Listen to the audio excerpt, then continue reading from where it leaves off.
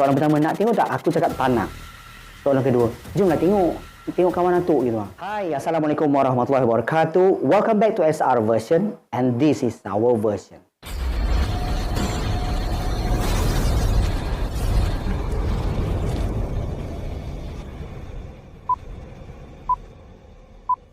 Hai, this is Syah. Terima kasih sangat pada korang yang dah klik video ni. Jadi pada korang yang baru je jumpa channel ni, jangan lupa subscribe, like dan share sebagai tanda sokongan korang. Setiap orang mempunyai pengalaman seram. Sama ada pengalaman itu engkau diganggu ataupun engkau diizinkan oleh Tuhan untuk bertemu atau terserempak dengan makhluk yang tak mungkin kita boleh nampak dengan mata kasar.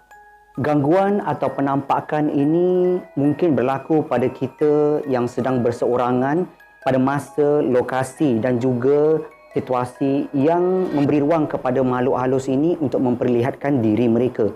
Dan aku yakin setiap orang ada pengalaman seram yang berbeza. Begitu juga dengan aku.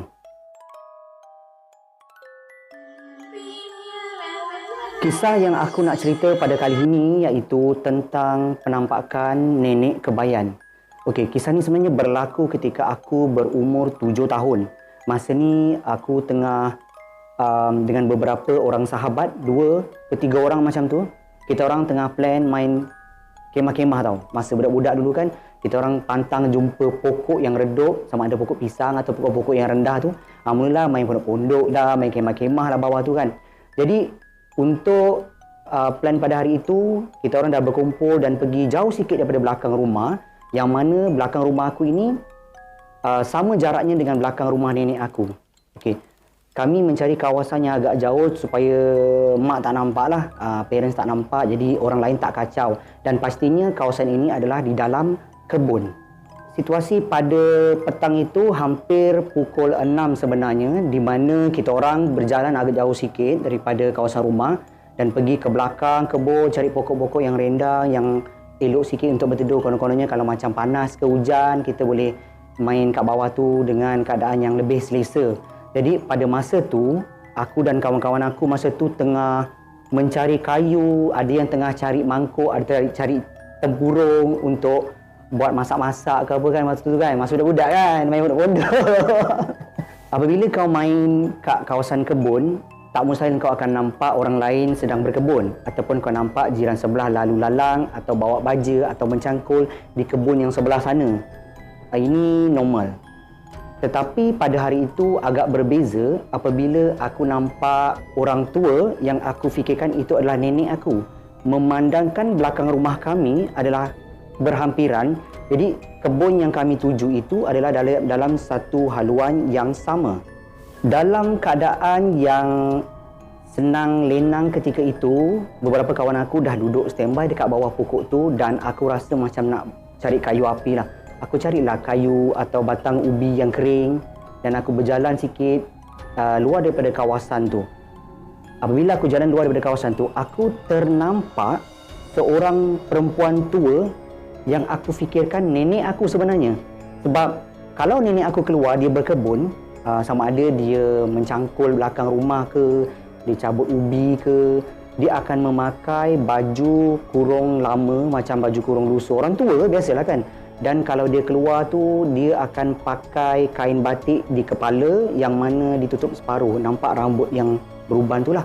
Dan kalau nenek aku keluar, dia akan pakai tongkat. Dan fungsi tongkat tu bukan sebab dia bongkok, tapi adalah sebab untuk dia, kalau nampak ular ke dia nak palu, senang lah. Jadi itu adalah pemakaian nenek aku apabila dia keluar rumah. Maksudnya kalau dia berkebun lah kat belakang rumah je. Tetapi kali ni agak berbeza. Apabila aku tengah cari kayu-kayu kering tu, aku ternampak orang tua masa tu. Memang macam nenek aku, tapi dia membongkok sikit, dia pegang kayu. Dan kayu itulah digunakan untuk menampung bongkok dia tu. Jadi aku nampak macam mungkin nenek aku kot. Aku panggil Nyai, Nyai. Sebab aku nak dia tahu yang aku ada kat kawasan tu. Okey. Untuk pengetahuan korang, Nyai adalah nenek. Jadi Nyai ini adalah panggilan nenek dalam bahasa Jawa. Jadi sebab kami daripada keturunan Jawa, jadi memang kami memanggil nenek itu sebagai Nyai. Jadi apabila aku panggil Nyai itu, dia tidak menyaut. Dia hanya memalingkan mukanya ke sebelah kanan. Jadi aku nampak mukanya sebelah sinilah. Jadi dengan keadaan yang aneh tu, apabila aku panggil dia, dia tidak menyahut, aku terus melangkah ke depan, datang dekat untuk bagi tahu dia yang aku ada kat situ. Jadi dalam keadaan yang sama, kawan-kawan aku dah panggil lah kat belakang ni, tapi aku tak mempedulikan mereka sebab aku nak pergi tempat nyanyi aku tu. Semakin aku melangkah ke depan perlahan, semakin aku nampak postur badannya yang agak berbeza. Sebab Nyai ni dia seorang yang rendah dan dia tidak bongkok. Dia pegang kayu bukan sebab dia membongkok lah macam aku cakap tadi. Tetapi semakin aku dekat dengan dia, aku nampak dia tinggi dan bongkok. Aku tak terfikir ianya orang lain. Aku hanya fikir dia adalah Nyai aku. Jadi aku datang-datang dekat, keadaan dia semakin berubah. Dan aku nampak sisi muka dia hitam. Sebagai anak kecil yang berumur 7 tahun, masa tu kau budak-budak, memang tak akan faham apa yang kau nampak tu. Memang yang aku percaya itu adalah Nyai. Tetapi apabila dekat, muka dia berwarna hitam dan kita rasa memang dia adalah orang lain, bukan Nyai kita. Sejujurnya aku memang tak pasti adakah itu orang atau makhluk halus yang memang aku nampak sebagai nenek kebayan. Setelah melihat kejadian itu, aku terus balik kepada kawan-kawan aku dan aku cepat-cepat minta dan ajak dia orang baliklah. Mungkin kita dah senja kan, kita keluar berada dekat kawasan-kawasan kebun orang, kawasan semak samun waktu tu. Kisah itu menjadi cerita yang memang tak dapat aku lupakan sampai hari ini dan ia menjadi titik permulaan aku boleh nampak dan terlihat ataupun terserempak dengan makhluk halus. Kalau ada di antara korang yang mungkin ada kelebihan ataupun indigo yang mungkin boleh tahu, boleh kesan makhluk apakah yang aku lihat tu, mungkin korang boleh komen kat bawah.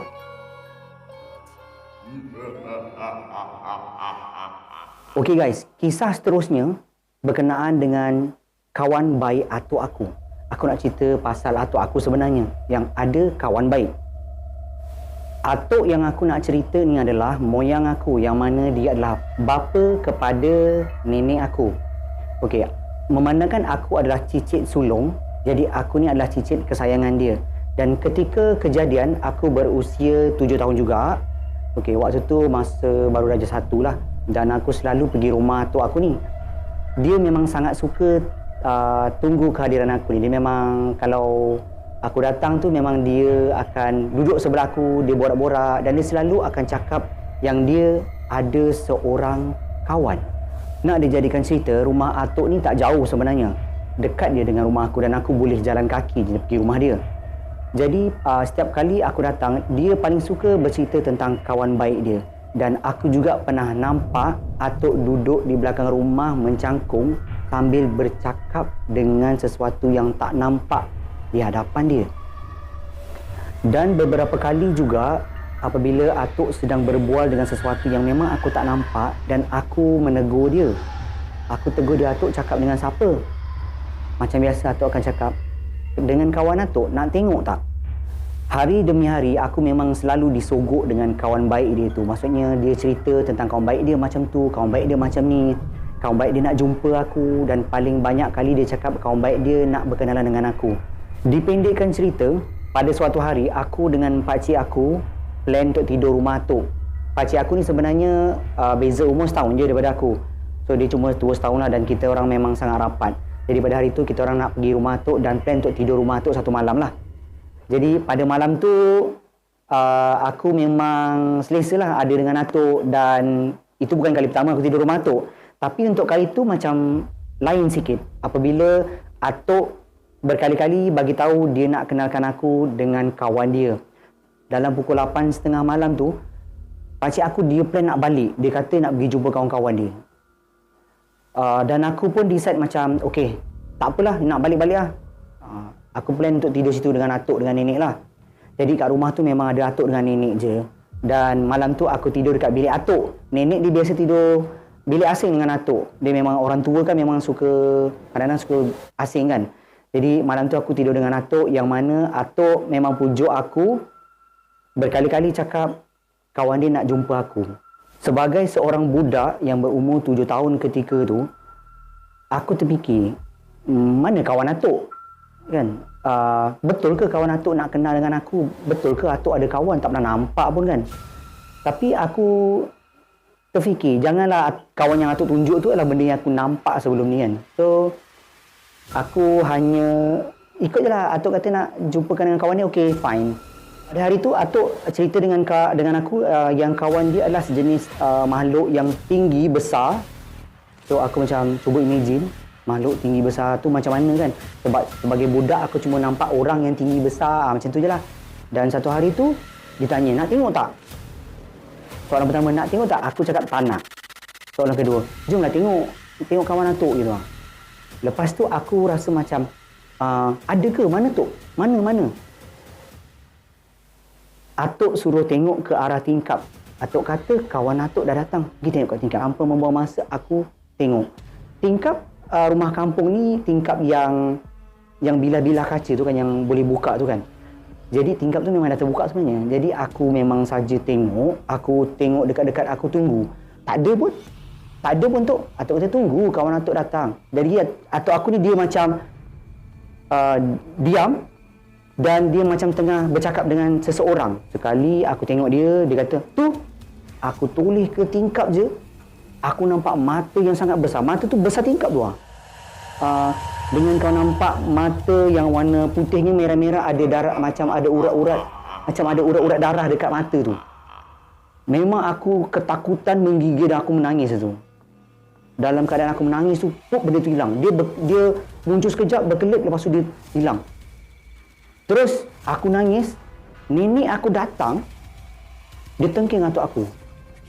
Apa yang awak buat dengan cicit awak ni? Dah. Dia bergaduh lagi bingit lah. Macam biasa, aku menangis, aku ketakutan. Dan aku sampai ke hari ini berfikir, apa yang aku nampak sebenarnya tu? Pengalaman tu memang aku tak dapat lupa sampai ke hari ini. Dan aku berfikir, Atuk sebenarnya berkawan dengan apa? Tak habis dengan tu sebenarnya, Atuk ni memang tanya aku selalu, nak jumpa kawan Atuk yang lain tak? Aku cakap tak nak. Memang tak nak sebab sangat menakutkan.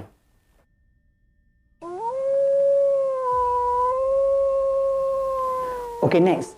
Kisah yang aku akan ceritakan lepas ni adalah berkenaan dengan penampakan bunian dekat belakang rumah.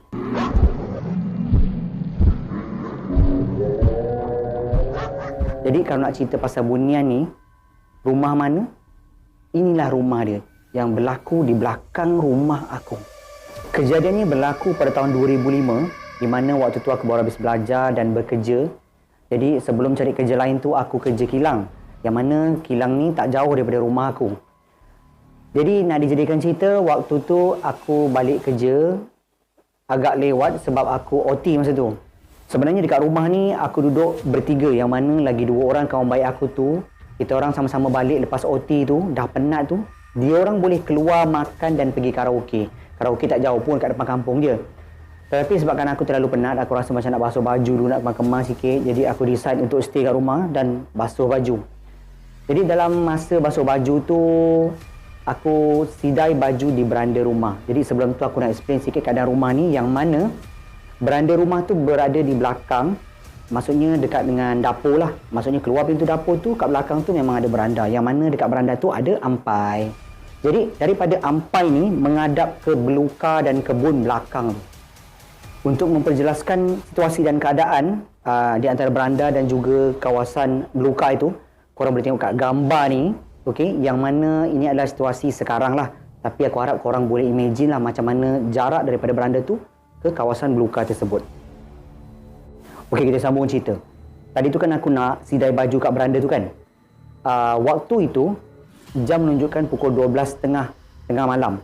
Dan ketika itu memang tak ada benda yang aku fikir adalah nak basuh baju cepat, sidai baju, lepas tu siap masuk nak tidur sebab masa tu aku baru mandi. Ketika aku sidai baju tu, aku memandang ke arah belukar yang gelap tu. Tapi memang nampaklah daripada lampu dapur tu, memang nampak daripada lampu kat beranda tu, memang nampak biasan cahaya ke kawasan kebun tu. Waktu itu, aku nampak macam asap. Asap biasa je. Dan pada fikiran aku, oh itu mungkin embun malam kot. Tanpa fikir panjang, aku terus sidai baju. Sebab baju tu banyak.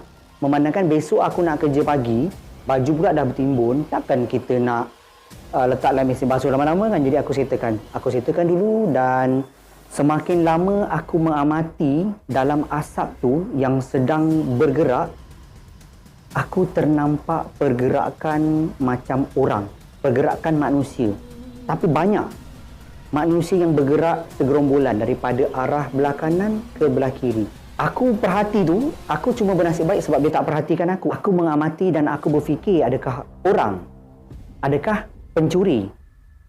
Tetapi dalam keadaan yang sama, aku juga berfikir, makhluk apakah itu?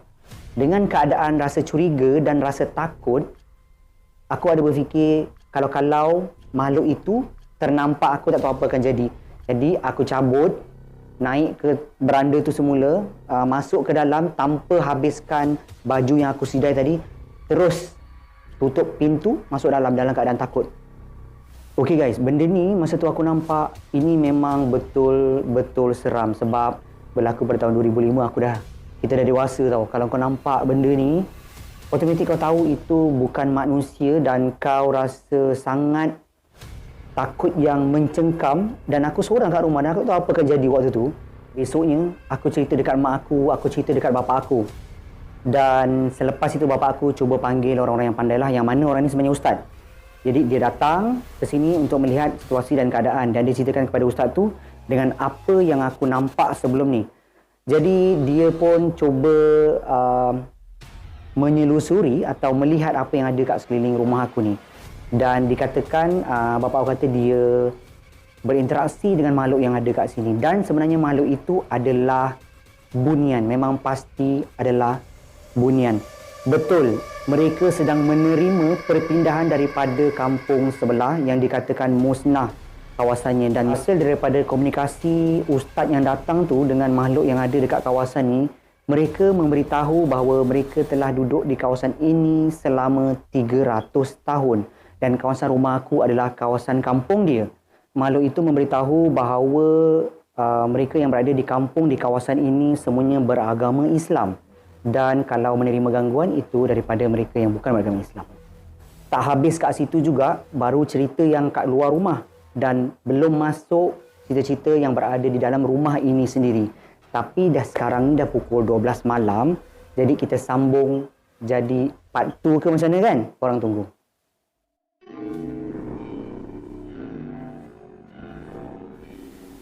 So guys, ini adalah pengalaman dan cerita kisah-kisah seram yang aku pernah lalui yang memang aku tak dapat lupakan. Jadi pada pandangan korang, kisah yang mana satu yang seram dan kisah yang mana satu yang kau rasa korang tak nak dan berharap ini takkan berlaku dekat korang. Mungkin kepada korang yang nak tahu dengan lebih lanjut dengan himpunan cerita seram aku lepas ni, boleh teruskan subscribe. Dan kalau korang suka video-video kali ni, korang boleh like dan share. Jangan lupa tekan butang loceng sekali supaya korang boleh alert dengan setiap video-video yang aku upload lepas ni. So guys, sampai sini saja. Sampai kita jumpa lagi di next video. Stay safe, stay at home. Lindung diri dan lindung semua guys. Jaga kesihatan korang. Bye.